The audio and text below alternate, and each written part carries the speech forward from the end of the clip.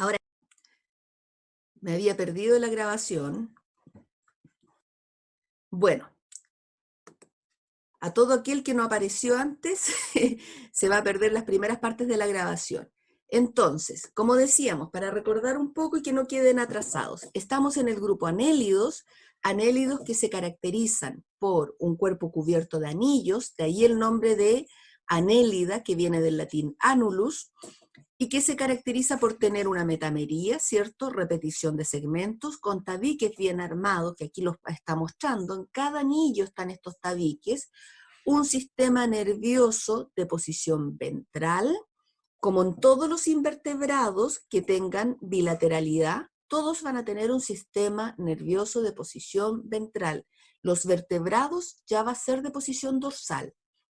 Un sistema circulatorio que se repite en los primeros segmentos, generando 5 corazones, repitiéndose en los primeros 5 anillos. Un primer sistema de excreción, que son estos riñones primitivos o nefridios, y, importante que lo dije hace un rato, 2 sistemas musculares, músculos circulares y músculos longitudinales, que van a permitir que este gusano, al moverse, se estire, ¿cierto? Con este músculo circular que al apretar lo va a hacer que se adelgace y se estire, y el longitudinal que lo va a estirar. Entonces vamos a tener, a diferencia de los nemátodos, 2 grupos musculares que van a hacer un movimiento claramente distinto al que tenían estos gusanos en la tierra que les dimos como tarea buscar. Lo otro que quiero aquí mostrarles son las quietas. Dijimos que solamente oligoquietos y poliquietos tienen quietas o sedas sensoriales.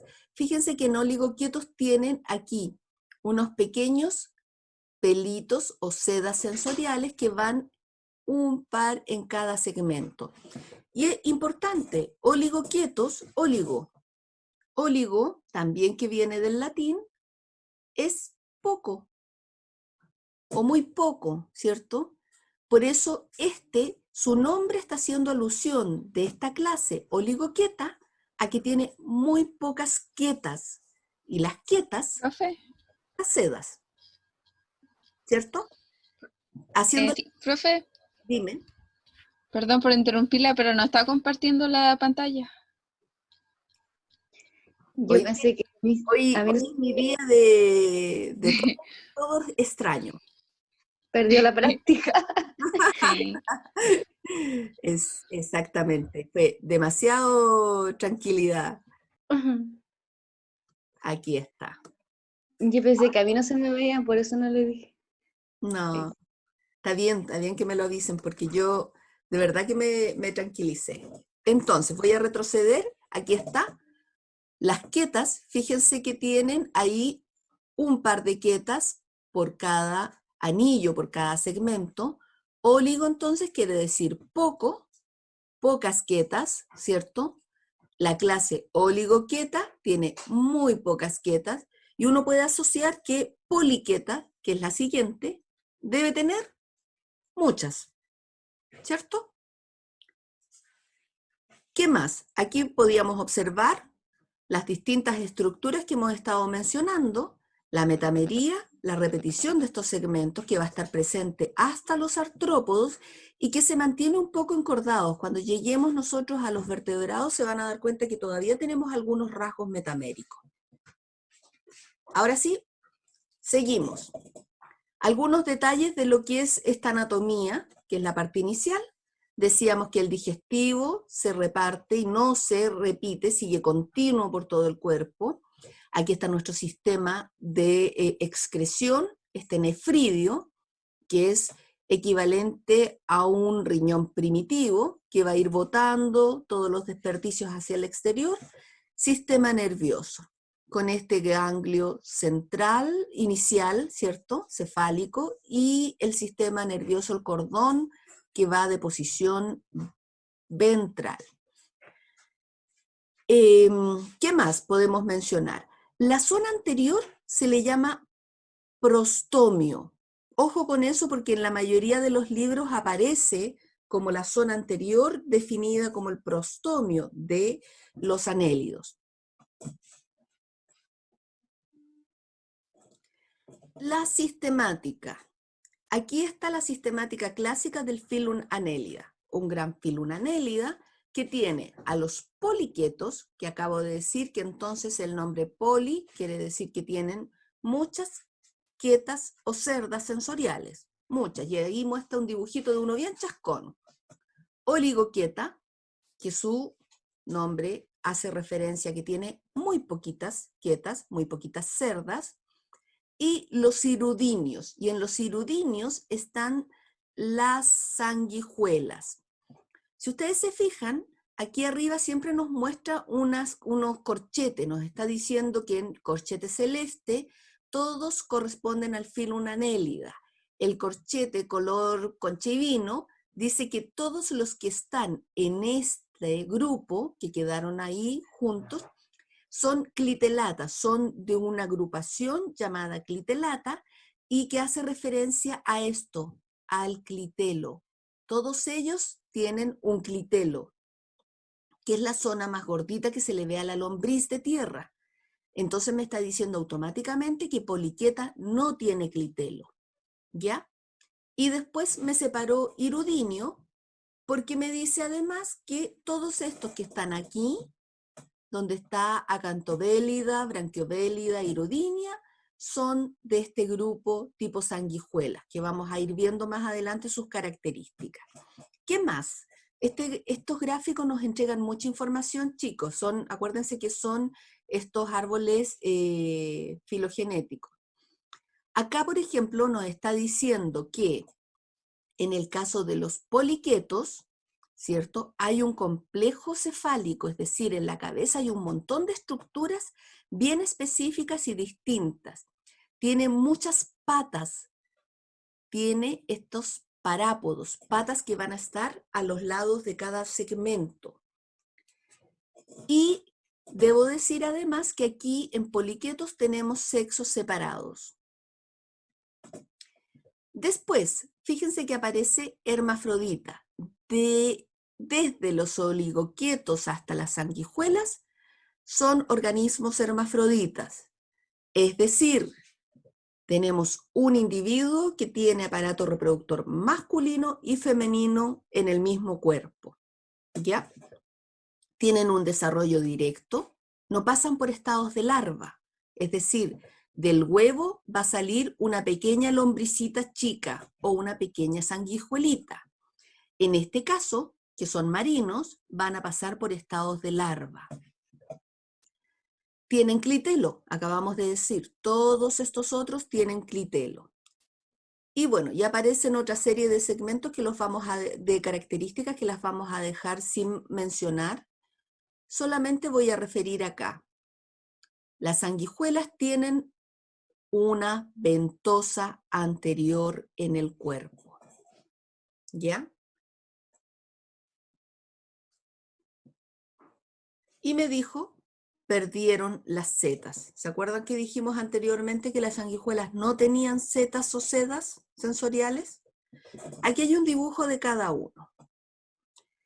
La clasificación de los anélidos, entonces. Poliquetos. La clase poliqueta son gusanos que tienen muchas setas o quietas. Suelen ser marinos y pueden vivir libres nadando, reptando o excavando en la arena. También pueden haber sésiles. Cuando me dice sésiles, son gusanos que viven pegados a las rocas. La mayoría de los que viven pegados a las rocas hacen tubitos o pequeñas casitas donde se quedan igual que los choritos, pegados a las rocas y viven toda su vida ahí. En cuyo caso, viven dentro de estos tubos.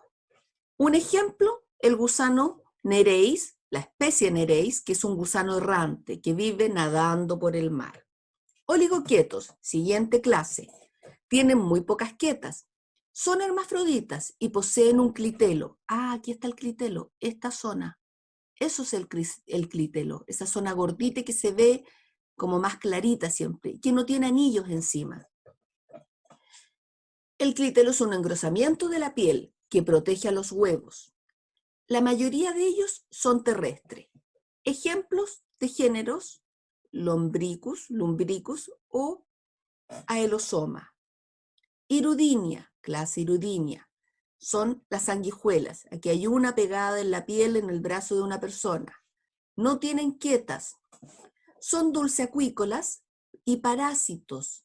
Parásitos porque se alimentan de sangre, ¿ya? Poseen una ventosa en cada extremo del cuerpo para fijarse y chupar la sangre de sus víctimas.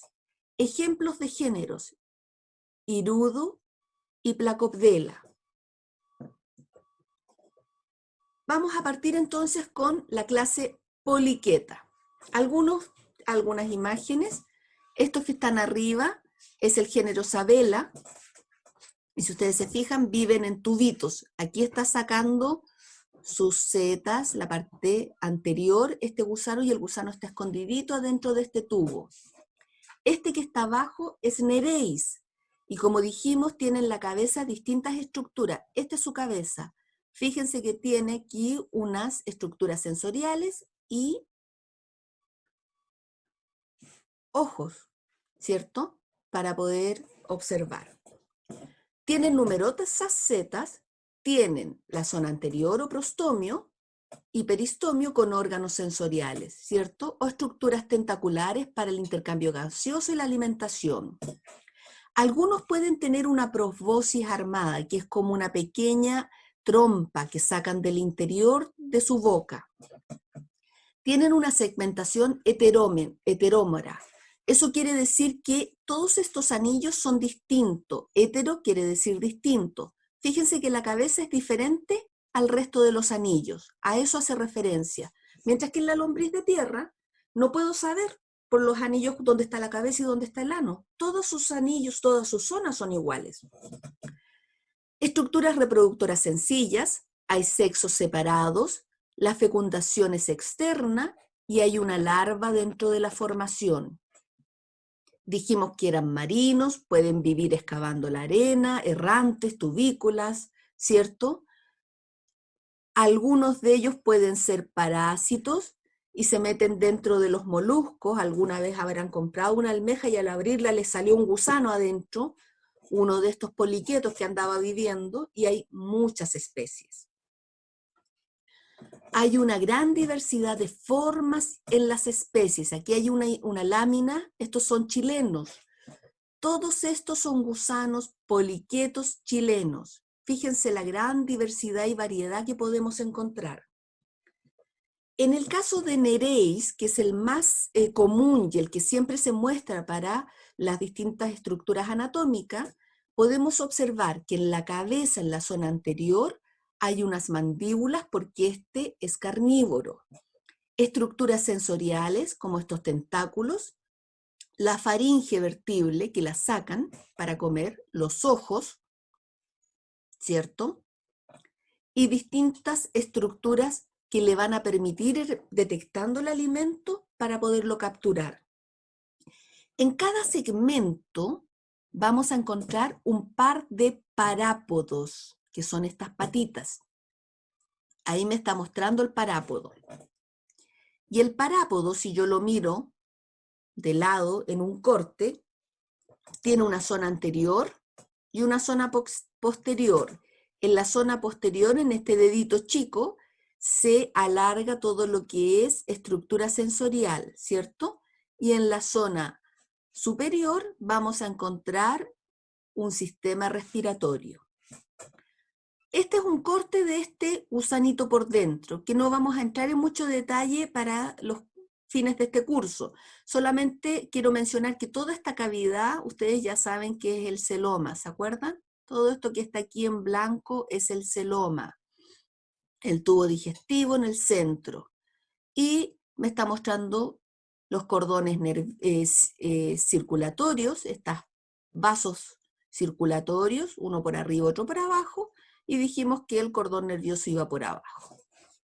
Ahí está nuestro poliqueto. Y el cuerpo cubierto de muchos segmentos o anillos. En cada par de anillos, en cada anillo, un par porque uno para cada lado, un par de parápodos. Un detalle de la cabeza, ¿cierto? Lo que importa, fíjense que este animal gusano y todo, está estructurado para cazar, alimentarse y comer a otros organismos. ¿Ya? Hay una gran diversidad de poliquetos, aquí me está mostrando otro, que está enterrado en la arena, donde lo que vamos a detallar, este filtrador tiene tentáculos y branquias con las cuales captura partículas del plancton y se alimenta por filtración. Ahí está el pobre gusanito y este era el tubito donde vivía. Aquí hay otros tipos, este también, ahí está el gusanito, el tubito donde vivía, un tubo conformado por arena. El gusanito y el tubo donde vivía, ¿ya? Los tubos los secretan a través de la epidermis. En el caso de los que hacen tubos con arena, secretan una sustancia mucilagenosa, pegajosa, así como moco, y la arena se va pegando y genera el tubito. Y en estos casos es un tubo quitinoso que es secretado también por su epidermis. Otra muestra del gusano. El gusano está colocado aquí. Tiene una zona anterior por donde va a sacar entonces sus branquias y sus tentáculos para filtrar, y la zona posterior por donde va a ir desechando a través de su ano todos los desperdicios que vaya produciendo. Otro ejemplo de estos gusanos. Y esta me está mostrando la misma idea. Son muy frágiles, muy frágiles estos gusanos con un cuerpo muy blandito. Para reproducirse los poliquetos, se pueden reproducir de forma sexual, es decir, a través de la producción de gametos que van a ser liberados y se van a fecundar produciendo una larva, o de forma asexual por fisión, es decir, separando trozos. La mayoría tiene los sexos separados. Carecen de gónadas y órganos reproductores, es decir, los gametos se liberan a este celoma. La gametogénesis ocurre en el peritoneo, en esta cavidad celómica, y los gametos salen por los nefridioporos o porque se rompe la piel. La fecundación es externa y se conforma una larva de tipo trocófora.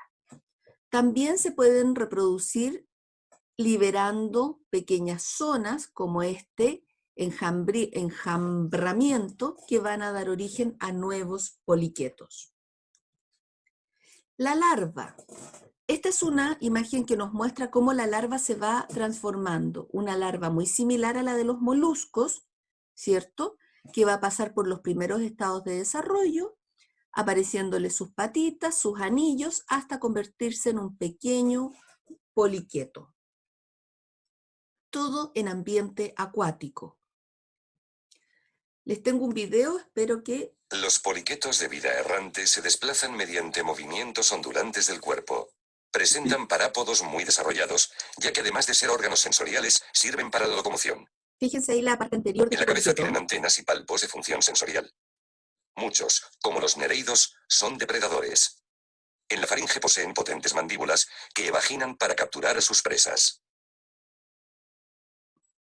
Los poliquetos sedentarios suelen vivir en tubos que ellos mismos construyen. Los tubos pueden ser blandos y de naturaleza orgánica, o bien duros y de carbonato cálcico. Para alimentarse, muchos provocan corrientes de agua dentro del tubo y retienen las partículas orgánicas. Los espirógrafos tienen unos apéndices filamentosos que utilizan para filtrar el agua y retener partículas alimenticias a la vez que sirven de branquias. Ahí está el tubito. ¿Ven que se escondieron en los tubitos? Bueno, estos son nuestros poliquetos. Vamos a avanzar a la siguiente. Pasando de los poliquetos, vamos a entrar al grupo o clado, porque era una ramita de este árbol, de los clitelados. Dijimos que los clitelados se caracterizaban por el clitelo. Aquí hay un acercamiento del clitelo, ¿cierto? El clitelo está presente siempre en las lombrices de tierra y en las sanguijuelas solamente va a aparecer en las etapas reproductivas, ¿ya?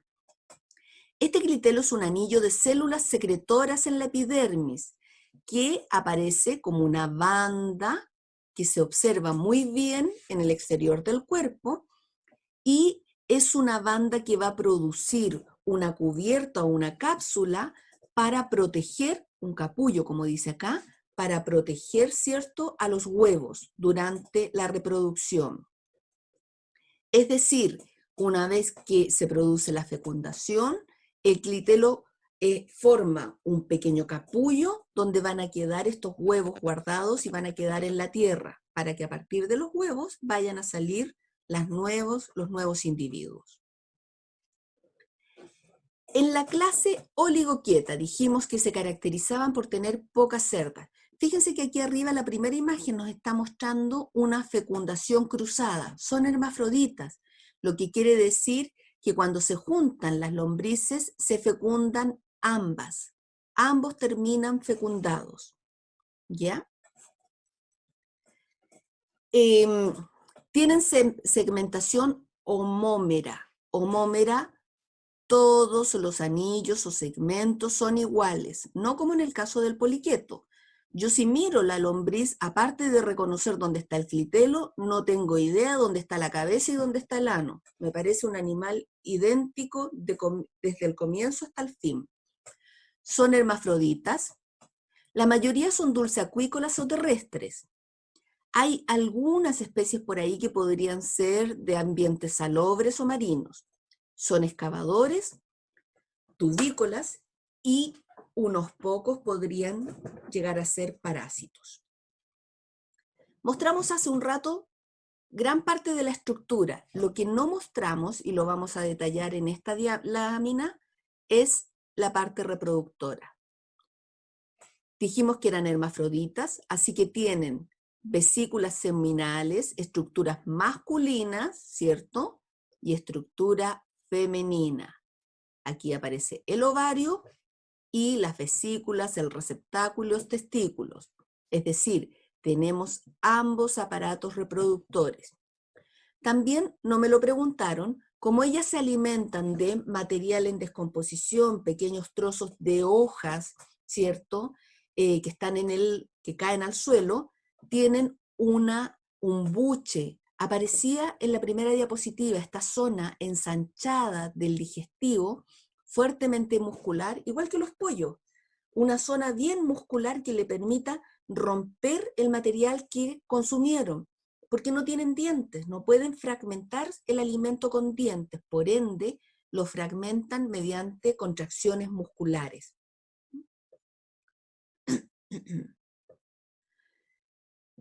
Las setas son muy poquitas, a diferencia de los poliquetos que estaban cubiertos enteros. Estos tienen unas pocas setas que van distribuidas en cada uno de los anillos, ¿cierto? Y estas tienen una función sensorial, están adheridas a precisamente neuronas, órganos sensoriales y le permiten ir detectando el entorno. Un corte igual como vimos en el caso del poliqueto, que me está mostrando solamente vuelta, sistema nervioso de posición ventral, el sistema circulatorio, el digestivo, todo esto que es miceloma, ¿cierto? El excretor o este riñón primitivo, las setas, que son sensoriales, y tendríamos las bandas de músculos, que no se las mencioné anteriormente.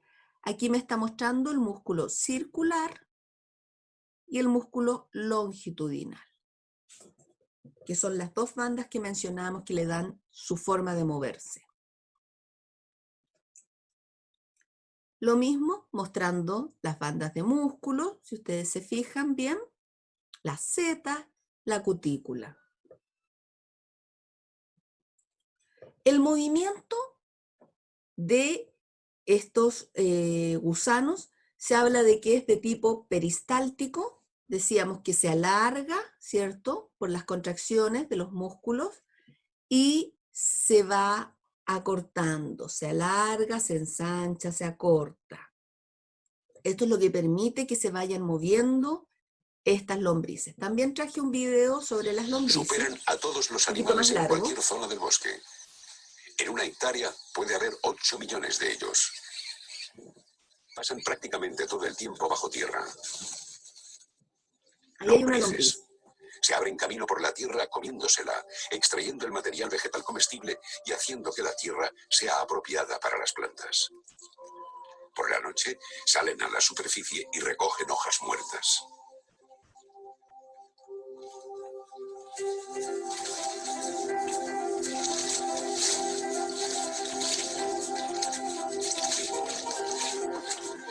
También aprovechan la oportunidad para visitar a sus vecinos, metiendo la cabeza en las madrigueras cercanas. Están buscando un compañero. Al igual que el gran limaco, son hermafroditas. Cada individuo es macho y hembra. Ahí hay una Se aparean reproducción, situándose si se fijan. uno junto a otro. Entre los dos cuerpos se forman dos estrechas ranuras. Por ahí pasan los conductos que llevan el esperma de un compañero a otro. Sus cuerpos laten lentamente mientras el esperma pasa por el espacio que hay entre ellos. Pero el proceso es muy lento, pudiendo transcurrir hasta 3 horas antes de que se separen, cada uno con el esperma del otro.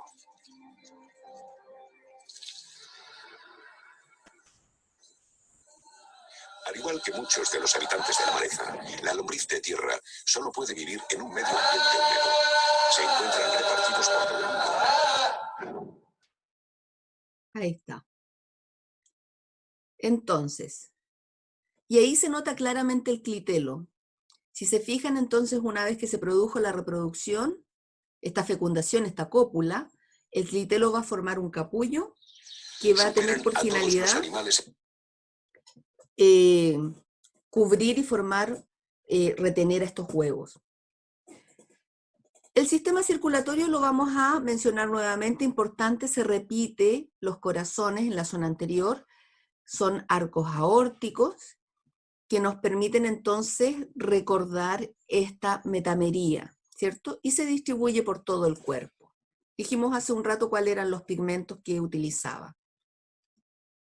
El buche, les acabo de decir que era importante con la molleja para destruir toda esta alimentación, estos trozos de vegetales, que son los que permiten que las lombrices también sean muy importantes en lo que es el suelo.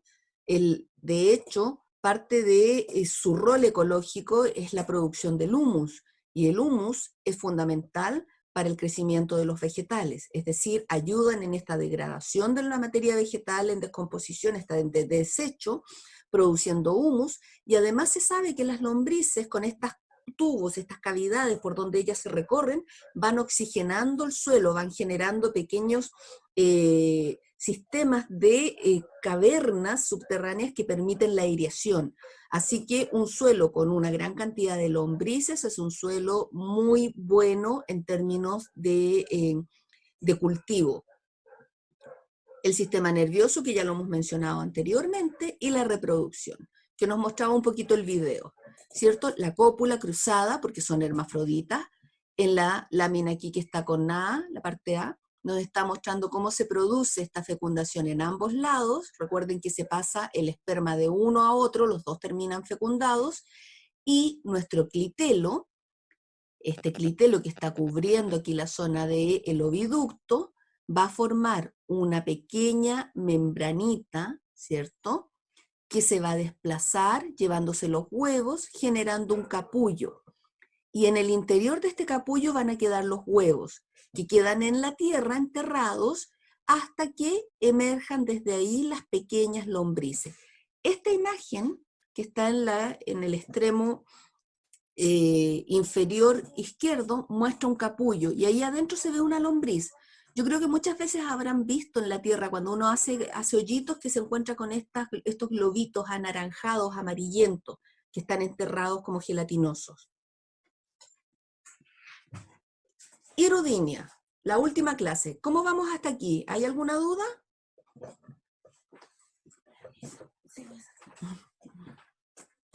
Hirudinea, entonces. La última, que corresponde a las sanguijuelas.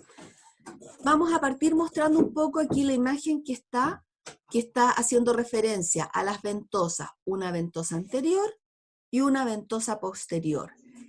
Estas ventosas le permiten adherirse al organismo, al animal del cual se van a alimentar. ustedes se habrán dado cuenta que las sanguijuelas cuando se mueven o caminan se ven como una U, se van fijando con la ventosa anterior y la posterior. Muchas veces cuando se bañan en los ríos, en los esteros, por aquí en la misma zona, si ustedes se ponen a fijarse entre medio de las piedrecitas en las orillas, van a ver unos gusanitos que van avanzando así como una U. Todos esos que avanzan moviéndose como una verdadera U son sanguijuelas, pequeñitas negritas. El cuerpo tiene un número fijo de segmentos, pero aquí hay una particularidad. Todos estos anillos que se ven, que son muchos, no representan un metámero. Es decir, hay muchos anillos por cada metámero. Por eso se ve con una segmentación de anillos mayor a la que corresponde a los metámeros. Hay más anillos superficiales. Además, tienen un sistema reproductor complejo, hermafroditas con fecundación interna y desarrollo directo.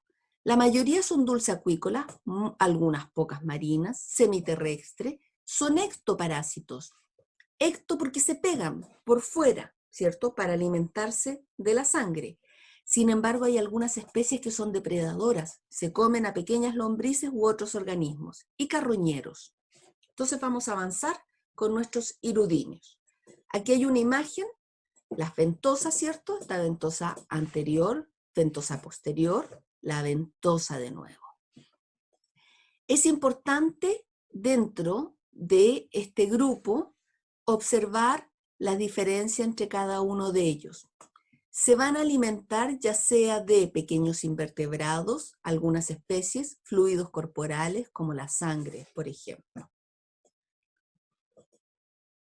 Fueron muy utilizadas en la antigüedad con fines medicinales, de ahí la especie más conocida, Hirudo medicinalis, ese es el nombre científico.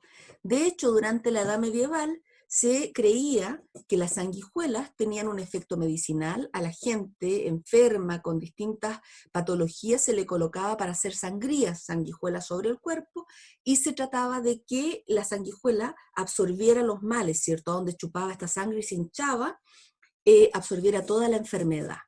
Hoy en día se han vuelto a utilizar con fines medicinales. Se sabe, por ejemplo, que son muy eficientes en los moretones, en las grandes hematomas, donde se las coloca sobre esta sangre golpeada y se espera que la sanguijuela absorba esta sangre que está golpeada, que está ya en descomposición, y ayude a disminuir la hematoma. Hirudo medicinalis ha sido muy utilizada en la antigüedad y hoy en día. Esta es una imagen actual, si ustedes se fijan, de Hirudo medicinalis en una revista médica que está haciendo alusión a su utilidad. Está nuestra sanguijuela, la zona como de incisión anterior para colocar a la sanguijuela, y aquí está la boca, el detalle.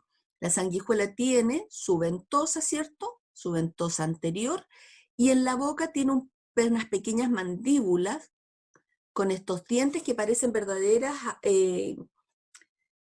bicturís que cortan suavemente y generando una incisión a través de la cual empieza el sangrado. Interesante, las sanguijuelas además se sabe hoy en día son un tema importante para la investigación porque en su saliva tienen enzimas que impiden la coagulación.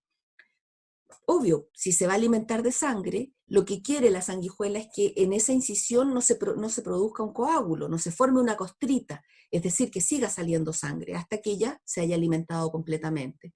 Por ende, su saliva tiene una serie de enzimas que son anticoagulantes y que generan que en esa pequeña incisión la sangre siga fluyendo sin que se produzca este coágulo hasta que la sanguijuela llena todo su digestivo de sangre y una vez que está llenita, se suelta, ¿cierto? Al dejar de secretar esta saliva alrededor de esa herida, se produce el coágulo.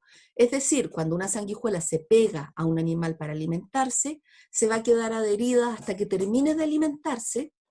Una vez que termina, que está gordita, infladita con tanta sangre, llenó todo su digestivo de sangre, se va a soltar sola. No es necesario estresarse. En la naturaleza, y como dije, hay muchas en los distintos cuerpos de agua. Lo que hacen tradicionalmente es pegarse a las vacas, a la zona del ano, la zona de las ubres, al ganado cuando se mete al agua, a los sapitos, a todos los organismos a los cuales puedan utilizar como alimento. Y generalmente al ganado se pegan en la zona del ano, que es la más, que tiene mayor cantidad de vasos sanguíneos y que no tiene esta piel, este cuero duro, ¿cierto?, de la vaca. Y una vez que ya se han alimentado, se sueltan y siguen su vida felices de la vida.